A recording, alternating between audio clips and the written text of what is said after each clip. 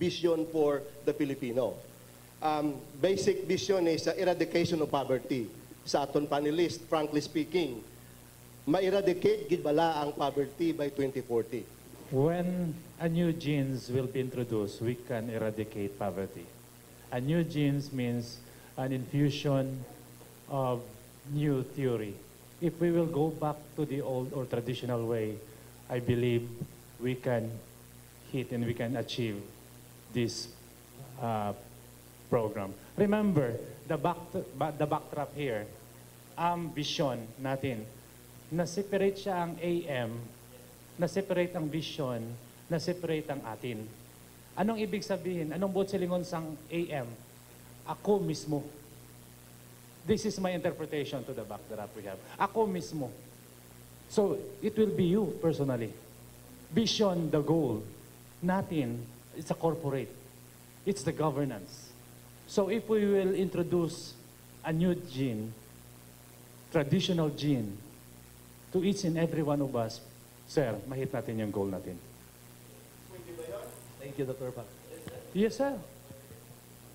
Yes, sir. This is a very good question. And I want to throw it back to all of us. Can we do it? Can we achieve in 2040? Because all of these are conditional. We can only achieve it given all those conditions. Number one, let us look into together ourselves if we do have the commitment. It will still boil down the commitment of everybody. Because if every Filipino will just try its best to have this realized, I cannot see any reason why we cannot do that. You see? Because we ourselves, we are the ones trying to provide of what we want to happen to the future. We are the ones who hold our destiny. So, I think we can do it from the positive side, but with other conditions. And number one, if we really strive hard, hard work, you see, sincerity, honesty in government, to minimize, if not eradicate, graft and corruption, that we Filipinos, we try to provide a helping hand, especially to the poorest of the poor. We in the business community, we are conscientized. We have that feeling of, movement for national development headed by our president. We have a good president now. We have tried to really improve the peace and order situation, which is very essential for a growing economy. Ara na siya mga sets of conditions. We are going forward. All of these are going into the more favorable side of the picture. And so, why not? Can we not do it?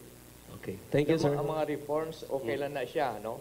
If you look into the economic picture now, I will cite what former Secretary General of NED, Gerardo Secat, said.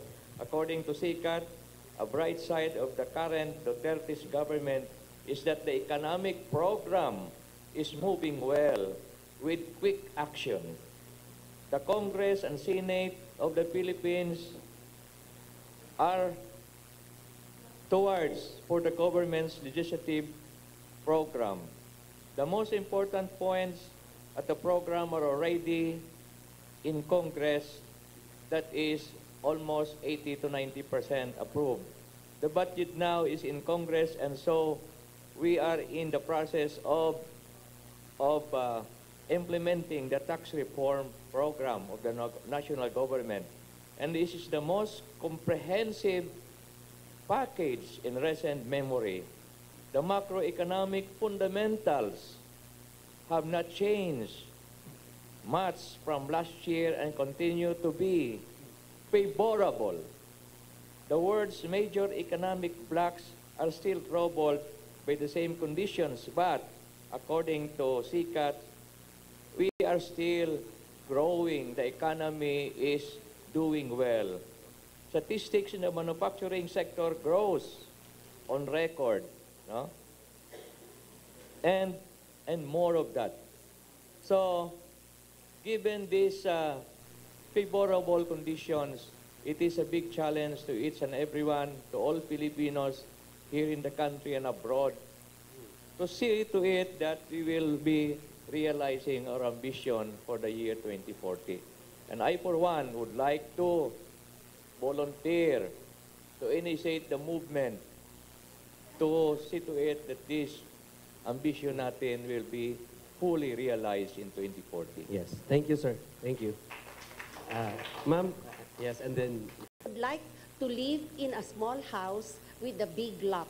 And many of them want to work in the cities, but they want to return to the rural area where they live. Right. What reminds me, na-remind ako, kasi I suspect all along that we have a Filipino ideal of a home.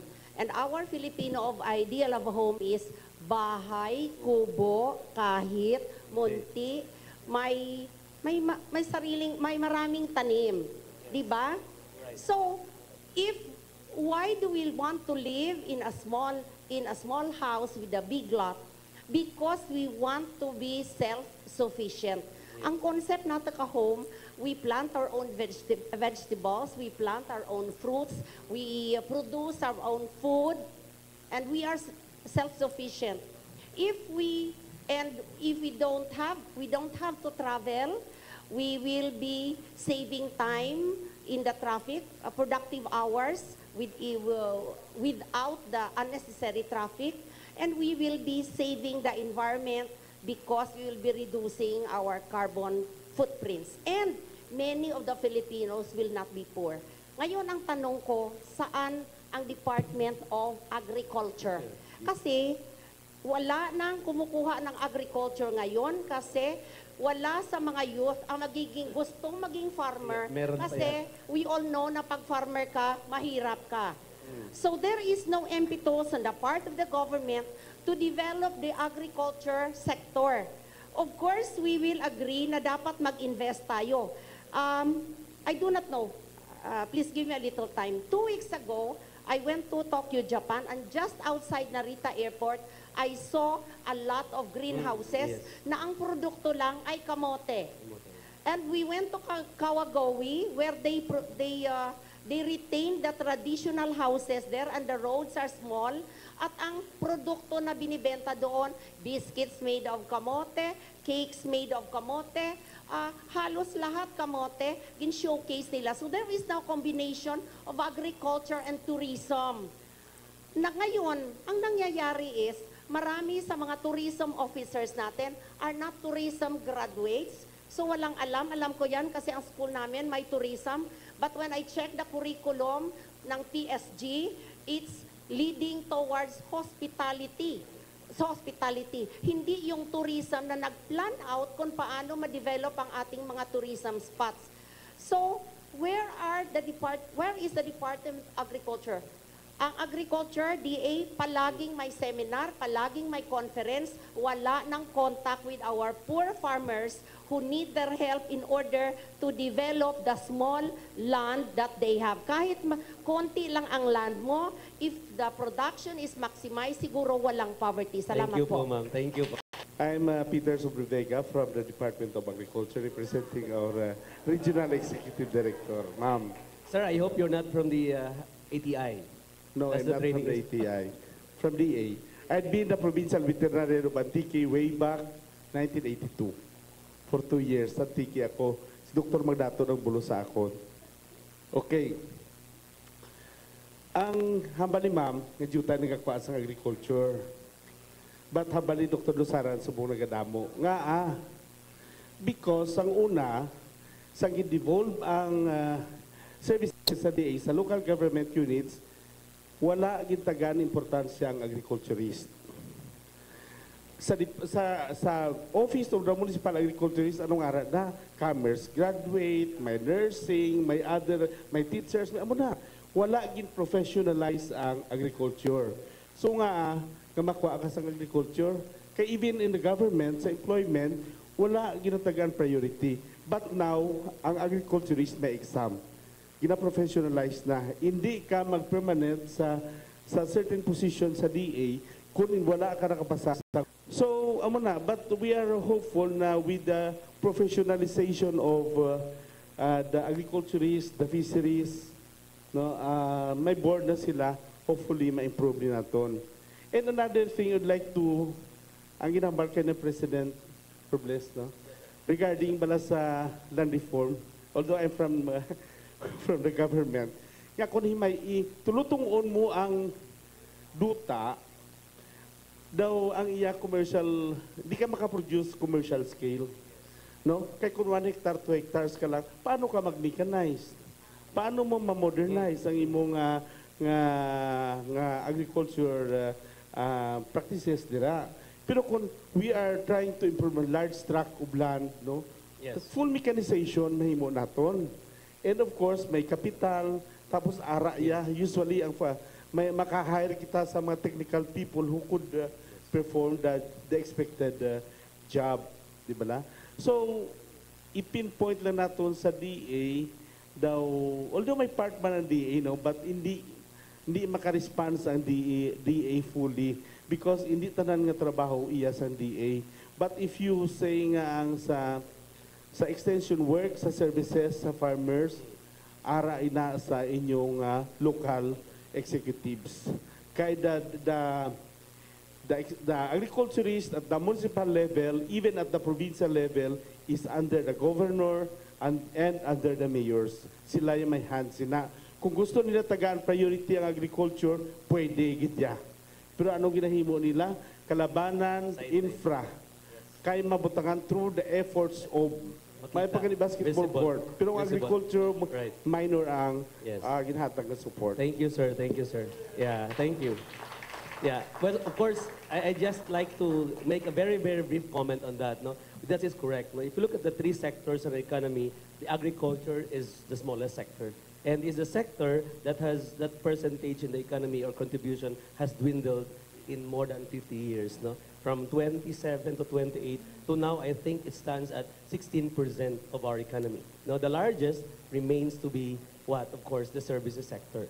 Yeah, I think these are correctly pointed out, no? Lack of support services. But I think for our panelists, no, I would like to throw the question, you may answer it now or later, but are we really following the right model, or whose model are we following? Is it that we want to modernize agriculture, like Sir said, mechanize it, or we want to come up with a design that is similar to what Japan and maybe South Korea before was following, or were following, right? No?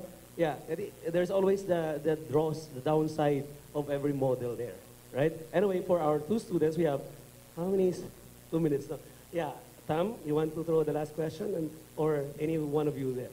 I'm Tom Aranya, Tom Joshua. I'm a student. My question is morely directed to Mr. Palmares because I like where he's coming from. The Chamber of Commerce. He did say about Chaos Our Goal of 2040. He did say about he had projects or programs sa ila sa chambers, mga plans nila.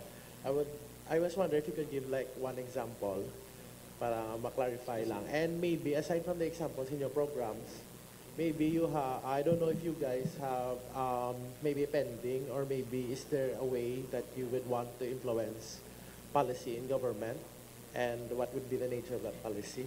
Thank you for that question. Actually, the Philippine Chamber of Commerce of Iloilo is the only chamber in the whole country that has a strategic plan. And the strategic plan, I think, is in line with what we are talking today. The chamber's legacy or advocacy is to be the voice of business and to represent the trade and industry sector, to support the efforts of the national government, the regional development council, and it is now collaborating with almost all agencies of government. We have an accreditation with the Department of Agriculture, with the Department of Environment and Natural Resources. We strongly collaborate with the Department of Labor and Employment to see to it that we can help hire more people who are unemployed. We also collaborate with the Department of Tourism, and we has facilitated Protesa, no less than almost 400 million pesos for the whole region for high-impact tourism projects that will have an impact or effect in investment tourism in the region. We have been collaborating with USAID for project sorts, for climate change adaptation. We have been collaborating with the provincial government of Iloilo, and we are a member of the Economic Development Committee, and so with the Regional Development Council. Our president is the vice chairman of the Economic Development Committee of NEDA. So what I'm saying is all of this, we will have some policy studies and policy science approaches to see to it that we could be, in our own small way, contribute to the total development of the region and the country. So the Chamber of Commerce now is aiming to have more members in every nook and cranny in Region 6. So we organize now the Philippine Chamber of Commerce and Industry, we also say in PCCI. We organize in Lambunao. They have a very strong Chamber of Commerce and Industry incorporated in Lambunao. We organize in Miagao. We are organizing, and later on they will have an accreditation with the SEC at Pasig City. We will be reactivating Chamber of Commerce in Santa Barbara, in Cabatuan, all of this. So meaning we will try to see to it that this chamber will be dynamic enough to be the voice of business and industry in Region 6. Now, what are our other goals? We see to it that you and me and everyone who wanted to be entrepreneurs would be integrating with our society, because we believe that this country economically will improve if we will have more entrepreneurs and we will have more successful. Sir, just one interrupting question, sir. No? How does the PCCI interact with one of the largest farmer groups in, I think, in the province? It's P4MP, if I'm not mistaken. Yeah, P4, ano ba yun? P4MP. Is that right, sir? Yeah. Sir, how do you connect with that? Because it's very specific, yes. Actually, we want to invite them to join because Panay Organic Farmers Association is already a member of the Philippine Chamber. Yes. So we would like to encourage and invite other members to join the chamber so that they can have their advocacy also realized through us together, because 1 and 1 equals 3. Yes, sir, that's right. You see? Yes. So they have their resources, they have their talents, we have our talents, we can share together, and we can maybe agree and discuss what are the best things to do in order to, let's say, help develop the agriculture industry. Right. Because we know a lot of, policy support and directions in the agricultural sector, including the subsectors of the agriculture. We're not talking only of crops, we're talking about livestock. We are talking about not only production, we are talking about processing and international marketing of agricultural products. And so with importation of high cost of fertilizers. So the chamber could be one of the rallying point for all of this. That is why we are trying to reach out to more members. So there is a plan, sir, to reach these people, this group, no? So far, because they're the largest, no? I think the element of networking there remains vital. So finally, for our last, thank you, Sir Palmares. For our last question, before we take the last, okay, maybe we should divide. Yeah, I think you want to yield to him. All right. Yes, that's Mr. Aison. Speakers, I'm Jay Dyson, student from CPU. I have a question on Dr. Palma. Isn't it that the more traditional, conservative, or religious the state, the more that it is poorer because the people are constrained to the so-called tradition? Sir, you cited a while ago about families living in one house to lessen ng traffic congestion, sir. But it is also not, are we not creating another problem because we are hindering the opportunities and progress of people to grow and find more opportunities in other cities as well, sir? First, about the first point that you want to raise. You raise is about traditional, the religious, social. Actually, what I mean there was we need to have a modern economy, but run by traditional lifestyle people. So when you say lifestyle, it talks about diversities of capacity of a certain individual. So hindi lang siya belong to economics or economy or business, but on his or her way of living. That is the point there. When I raise this, when I present this point, because I found out in other countries, I was sent by Department of Agriculture in Singapore, Sri Lanka, and other countries to observe why we have some buying of rice to that particular area, where in fact they have a very small piece of land compared to us. Dito ko nakita nga, in a traditional way, they are still living in the same house, but they are very much modern than us. So that is one way na nakita na ko nga daw effective. Like for example, Japan. And I will be traveling this next week in Malaysia and also in Taiwan to observe this program. So may ara siya nga benefit ang traditional way of living because dara mo siya nakita ang approaches on certain issues. Like for example, in terms of education. Okay? In a traditional way, mas preferred Japan sa Pilipino ang traditional old way of education compared to now. Of course, there are advantages and disadvantages. But we need to have a traditional way of living, not only sa education, but also in our lifestyle. Also, for example, the traffic that I've mentioned. Okay. In Manila, grabe ang effects ng traffic, not here in Iloilo. Because mas damo ang vehicle sa lakyan sang sa area nga ara sa Subong. They are increasing the numbers ng vehicle and permanent ang number of square meter sang area. But if we will go back to our traditional way, or if we will introduce a new gene to all Filipinos to patronize our own way of living before, actually, amo na nga anangin unique ang Filipino. When you go to other countries, they still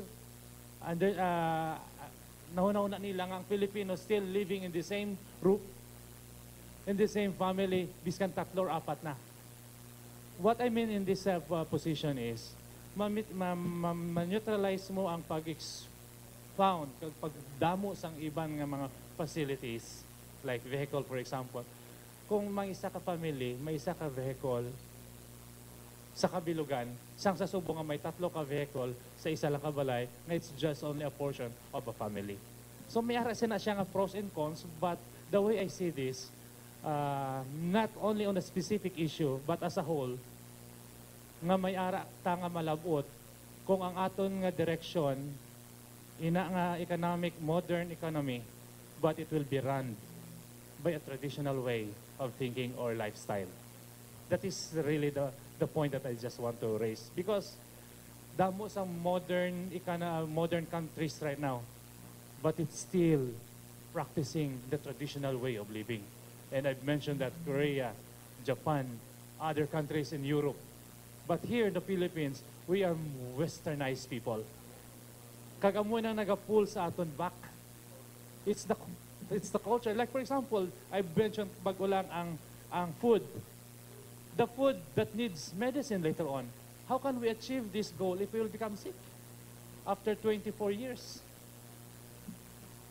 But kung ang Pilipino nagapatronize ang native food like saging, kasaba, you're Enough time to, but of course there will be a group discussion this afternoon which you can, wherein you can, elaborate further in your point.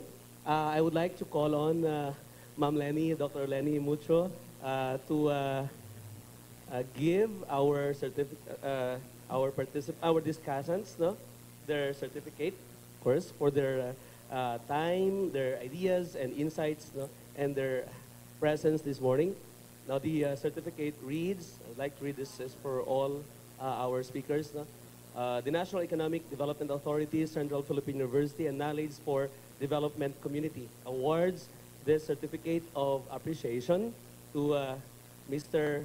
Peloteo Palmares, no, in recognition of his valuable contribution as the Speaker of the Ambisyon Natin 2040 Public Forum, held on 11th October 2016, given this 11th day of October 2016 at the EMC, Central Philippine University, Haro, Iloilo City. Signed,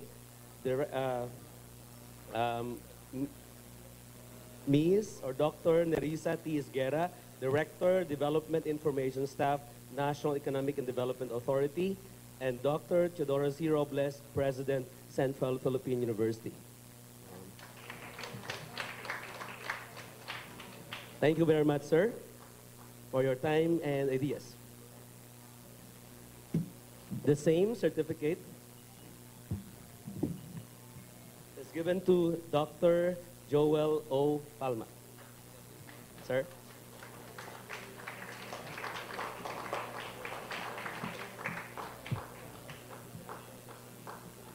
Picture.